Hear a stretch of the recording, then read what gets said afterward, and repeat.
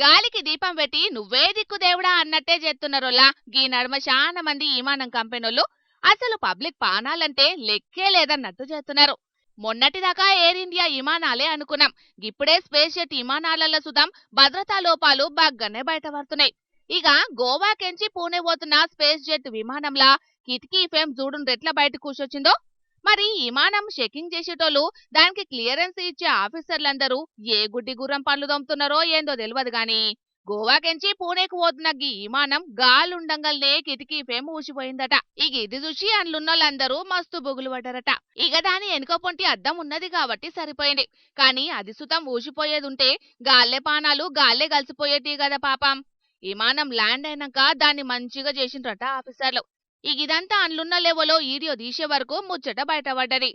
కానీ విమానం సేఫ్ గా ల్యాండ్ అయింది కాబట్టి ఏం కాలేదు గాని లేకపోతే ఎంత పెద్ద పరేషాన్ అవుతుండే. పబ్లిక్ తానా వేలకు వేలు పైసలు గుంజి వాళ్ళ పానాల్ని మాత్రం గాలికి ఇడ్చిపెట్టినట్టే చేస్తున్నారని కంపెనీల మీద మస్తు గరమైతున్నారు. గీ ముచ్చట ఎరికైనా చాలా మంది విమానాల తిరిగే పబ్లిక్.